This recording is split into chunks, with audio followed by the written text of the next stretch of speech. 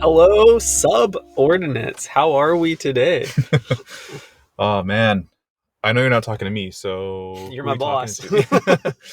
What's up, Doc? It's good to see you, boss. Good to be back in the booth with you. Good to be preaching to the breadheads once again. hmm Um, The word of gospel, the word of God. mhm. Yeah, sometimes you can find God between bread. Yeah, That's what this podcast is here to discover, and yeah, maybe dude. help you discover along the way.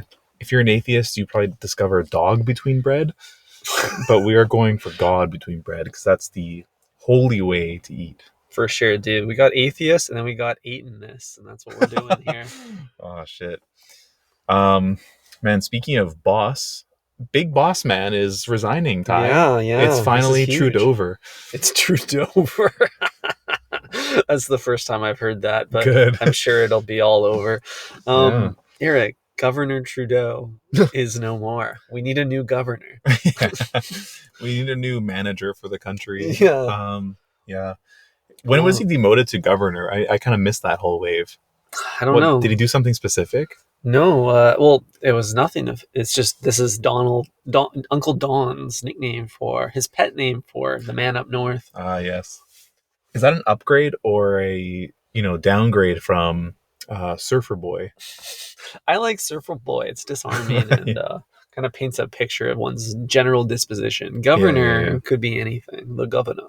Yeah, governor implies like you're either like a Arnold type, Mm-hmm. like a governator, The governor, yeah. or you're kind of like a I don't know, just like a fat kind of like I don't know, someone who receives bribes kind of guy, a corrupt guy. Dude, yeah, 100%. Why is my like stereotypical vision of a governor like this lard ball whose buttons are popping on his suit?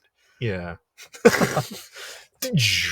Yeah, the lobbyists have fed him well. hmm But yeah, I don't know what any of this means for us, Ty, because Subway will continue to thrive Mm-hmm. under any kind of presidency or prime ministership. Yeah, it is bipartisan for sure. Exactly. So it could be like a martial law, Mm-hmm. and sandwich lovers would find a way to make their way to Subway. They will. It's one of the few safe spaces left for such um, a group like sandwich artists. hmm Dude, fuck. Every time we're here, Ty, we're potting in front of Subway. If you can't Yeah. tell from the aura, It's but every time nervous. we're here, it's nervous. Yeah, we're on our lookout. You could probably hear it pick up on mic where I'm like checking my six every 30 I'm seconds. looking in the rear view mirrors. Yeah. But I always see somebody walk into this pizza place to get a slice, and I'm kind of thinking we should maybe try it at some point. Like it's just right there. It's converting more customers than the Subway next door, That's true. implying that it must be a better dining experience. But we only know the green and yellow tinted glass door. hmm Also, I'm pretty sure two poorly dressed undercover cops just went into Starbucks. Oh yeah, for sure. They're staking out in there. Yeah. Hey, how come Subway's open sign is green and red? Red signifies closed, and green has the perfect color to pair with it, which is yellow already. There's a bit of a brand miss here on their open sign. I don't know, Ty. I feel like there's a strict kind of guideline as to what kind of like neon is available. Mm. Like I don't think there's many neon shops that are willing to go yellow and green. Like that just probably doesn't exist. Yeah, that's true. That's true. I'm not really up to speed on like the price of neon gas and whether it fluctuates depending on the color or the grade. Yeah. But Ty, what does this mean for the country? What happens now? Like, do we, I don't know, elect a new shithead? Yeah, I think like, what so. actually happens? Nothing? I don't know. I don't really understand. No one follows Canadian politics, not even Canadians. So it's anyone's guess what the next step is here. Yeah. So I feel like there needs to be some sort of head of state, right? Well, he's still there. Right. I think so. Maybe he's not all there, but I think this kind of proves that like politics are kind of bullshit unless you're waging war. Yeah, totally. Like unless you're like allocating budget to killing people, there's no real impact felt. Yeah, because then you're just the pothole repair team. Yeah. Pothole repair team and fentanyl outers. The fentanyl distributors there. Exactly. It's a good point. Good point. So I'm assuming somebody has to take the reins here. Mm-hmm. Make the nation whole wheat. I don't really know who. Like, do we follow the steps of our American predecessors and elect a Canadian celebrity? Oh, I see. Yeah, We don't really have many of those, to be honest. it's tough out there. Like, the best option is like Nardwar for prime minister. Dude, Nardwar would be an insane choice for prime minister. Do you think he would actually? What kind of change would he implement? You think, Nardi? Nardi, I would actually think he would make a good leader, not because of his charisma, but because of his ability to understand things very well. Oh my God, Eric, you're right. Those were undercover cops. I told you. I just saw them flash the lights. Yeah, yeah. We're watching that unfold. Yeah, so I think he would just we would be able to dismantle any secret service or other organizations because he could just do it himself. Yeah, he would just ask a really kind of like poignant question. Mm-hmm. He'd be like, "How come you did this in 2012? Mm-hmm. Where were you on Jan 6th?" kind of thing. Oh, Nardwar knows where everybody was. Yeah. He sees you when you're sleeping, Eric. Yeah, exactly. Oh shit. Yeah, it's possible that he would be a good leader, but also I feel like we're kind of on the clock for a Nardwar controversy. Unfortunately, you think he'll get canceled? I don't know if he'll get canceled. I think he might face some legal trouble. This is entirely speculative and based on nothing, just pure feelings, not facts. But he's just kind of like too squeaky clean and beloved, and he's also like really weird and quirky, and I don't think those two things go together. Yeah, you're right. It's like you definitely did something before you were famous, kind of thing, or maybe used your power for evil. Yes. Nardwar's got some skellies in the closet. For sure he does. He's got some secrets under that beanie.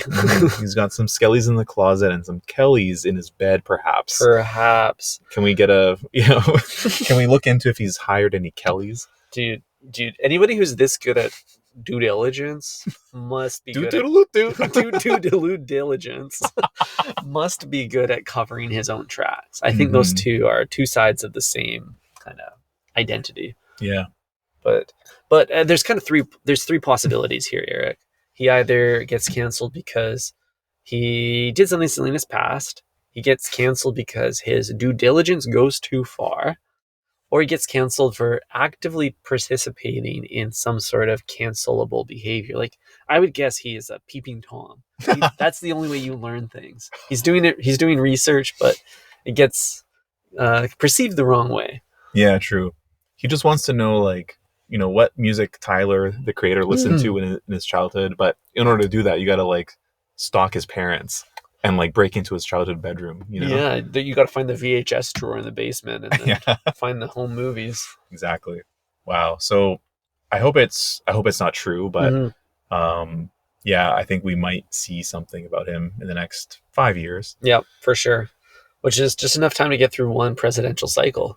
All he has to do is interview Kendrick Lamar or Drake, and then either fan base will dig it up. That's a good point. I think that's kind of the way. Man, those two fan bases both need to just get off the internet. Yeah. It's almost like a certain level of celebrity, like stardom, where they just need to go offline. And Taylor Swift's the same thing. There's just a certain point where we need to just take it offline, parking lot that. You can talk about it in your secret circles, but let's leave it off the public sphere. Yeah, some things are better left unsaid and untweeted. Leave it in the drafts folder. And uneaten, too. That's right. Ty and I are coming off of a stellar salad lunch 2 days in a row now. Yeah, this week is all about trying to clean my gut, Eric. So I'm salads only, light dressing, high protein veggies, edamame, chickpea, quinoa, a little ancient grain, anything that's just going to help jumpstart me for 2025. Oh, dude, I'm already hungry. It feels so good, Ty. I've been following my 3-step procedure, the operation. It is to cut out alcohol, cut out smoking. I haven't smoked in a long time. Good for you. So cutting out all like the evil shit, including Subway. Mm-hmm. The next thing is to take a daily probiotic. Ooh. I find that's been helping me maintain a slim gut. I don't think you got the guts. No guts.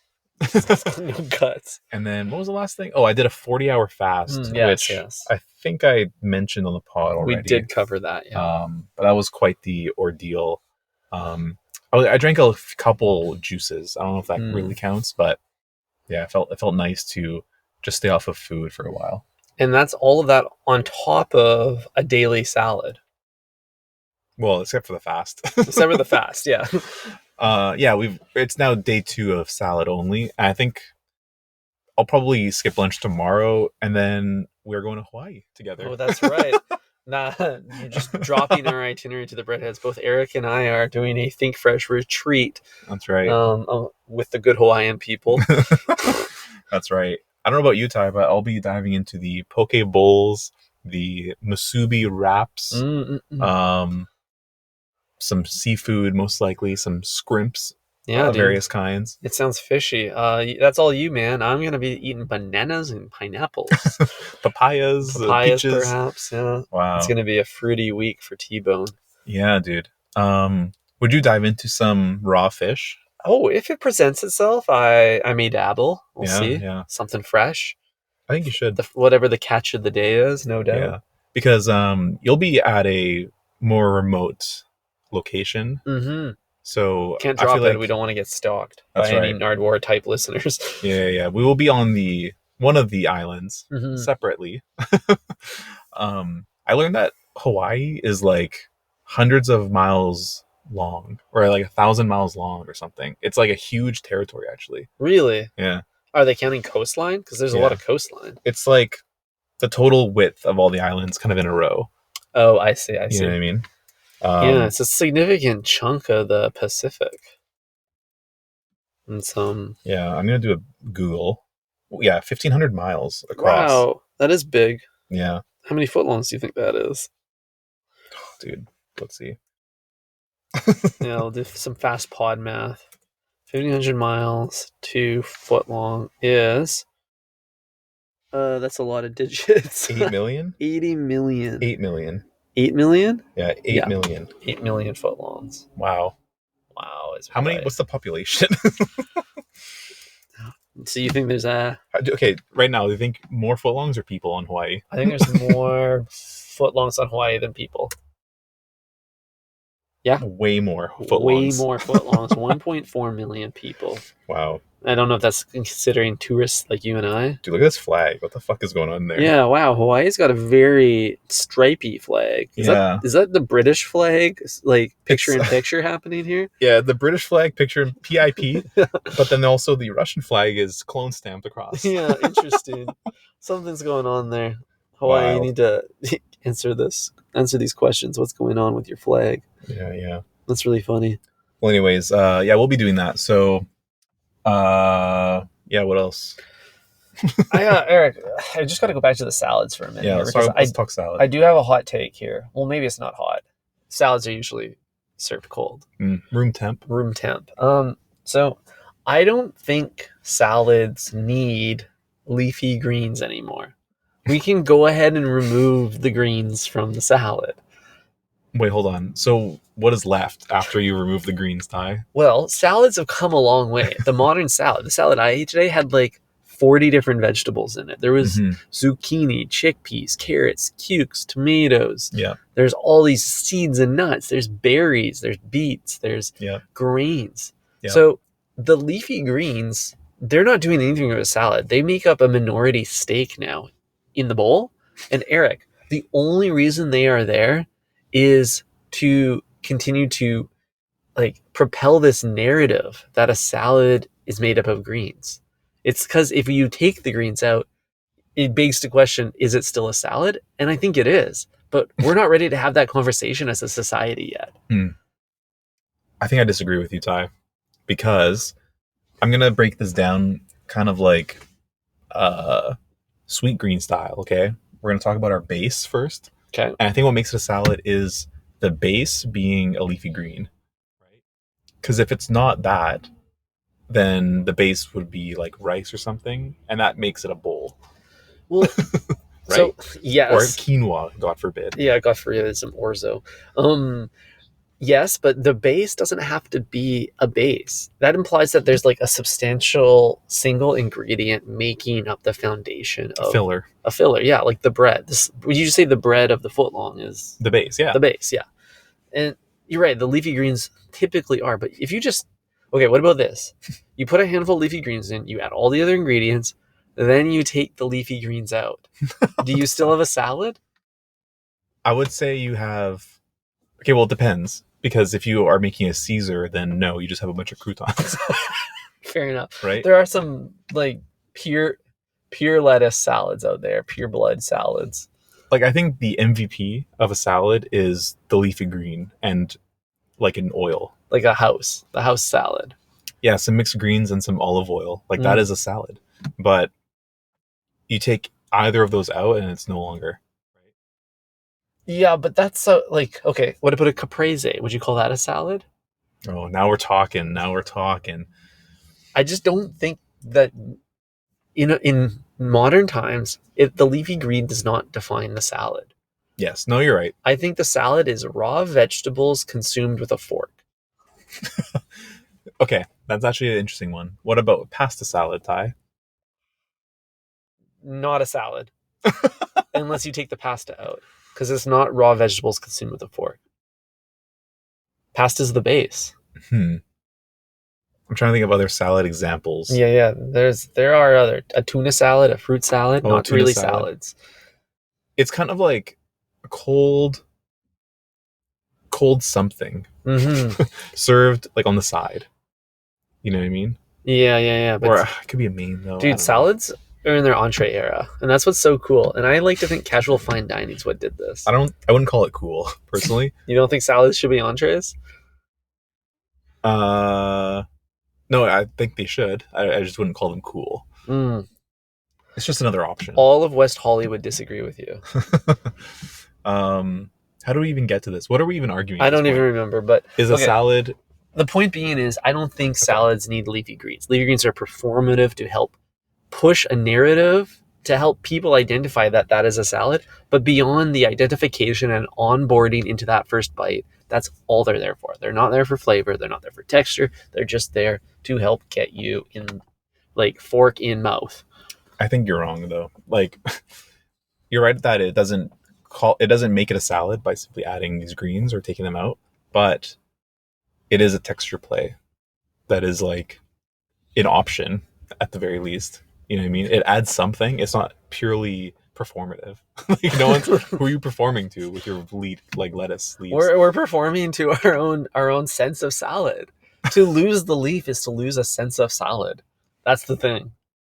We're not ready to lose it, but I think it's time to cut the head of lettuce. Cut the head of lettuce off? Yeah. I don't know, Ty. I like my leafy greens. I'm not ready to ditch them. Okay. Like, if you change the leafy greens, that changes the salad completely. Like, if you go from romaine to kale, that's, even if it's still a Caesar, it's like a completely different experience. That is a significant adjustment. Right? What if you're getting an ancient green salad with kale versus Caesar, or kale versus romaine? Doesn't really make a difference, hey? Because you got so much more going on. You got some dried berries. I think your argument would be so much better if we were talking about quinoa, because that is truly a filler that no one wants or needs. No one wants quinoa. We gotta get rid of quinoa. Like, I almost never taste it unless you're eating it by itself. It's completely invisible. You don't taste it, and you don't feel it either. I don't even notice that I'm consuming it. No. It's hidden in plain sight. Yeah, it's only if it's like you're eating a pile of it, you know, like as a grain, like a carb kind of thing. Which I don't, as a vegetarian, I don't even think I've taken a scoop of quinoa and put it in my mouth before. There's never a use case for that. I have, and I regret it to this day. Well, maybe a quinoa salad? But usually that's all just feta cheese. There's scantly a scoop of quinoa in there. Yeah, I mean, there's just so many better grains. Rice like, even just within rice, there's like a million types. Yeah. And then couscous. Couscous is so good. Yeah, dude. A little underrated. Action. I would agree. Especially like you get the big Israeli couscous ones, Yeah. a little extra. Oh yeah. Supersized. Yeah, I agree. Yeah, that's the good shit. Yeah. I might have an Israeli couscous salad tonight. Actually, that sounds fire. I will have a Palestinian couscous salad, Ty. Now what? Oh no. Do they even do that? We're gonna have more conflict now on this podcast. Yeah. Oh man. An emerging conflict zone. Real quick segment that I want to talk to you about, Ty. Are you familiar with the show I think it's on ESPN with Skip Bayless? No, I'm not familiar with Skip Bayless.